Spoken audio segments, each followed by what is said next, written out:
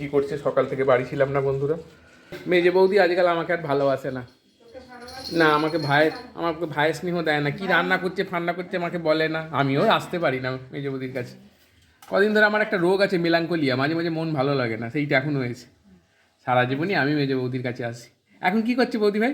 এখন এই যে তিন্নিকে স্যালাড খায়, বলতে ফ্রুট স্যালাড।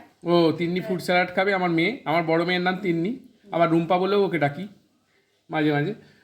তো হ্যাঁ তো আজকে তো মাঘী পূর্ণিমা, তোমার তো খাওয়া নেই নাকি? না, রান্না নেই।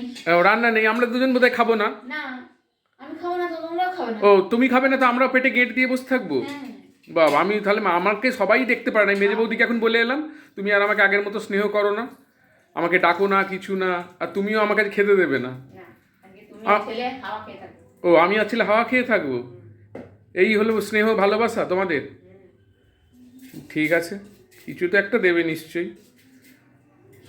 করছি এই যে ভাত ধুচ্ছি, চাল ধুচ্ছি। ঠিক আছে, ভালো, আমার নিরামিষ কিছু করে দিও, ভালো কিছু। হ্যাঁ, আমি না আমিষই করে দেবো। না আমিষ খাবো না আজকে। তুমি খাবে না, আমি আমিষ খাবো না। ছেলেকে ডিম ভেজে দেবে, তুমি আমিষ খাবে না, আমি খাবো তাহলে না। নিরামিষ কি করবো? আমাকে আলু সেদ্ধ মশলা করে মেখে দেবে ডাল, আর ছেলেকে ডিম ভেজে দেবে, আর কিছু করতে হবে না। বন্ধুদের সামনে আমরা যা বলি সত্যি বলি, যেটা হবে সেটাই, কোনো লুকোছাপা নেই।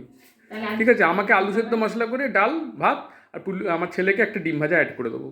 ঠিক আছে, আর কিছু করো না। মেজে বৌদিকে বলছি, বলে না রে ভাই, তোকে স্নেহ করবো না, তুই আমার ছোট ভাই।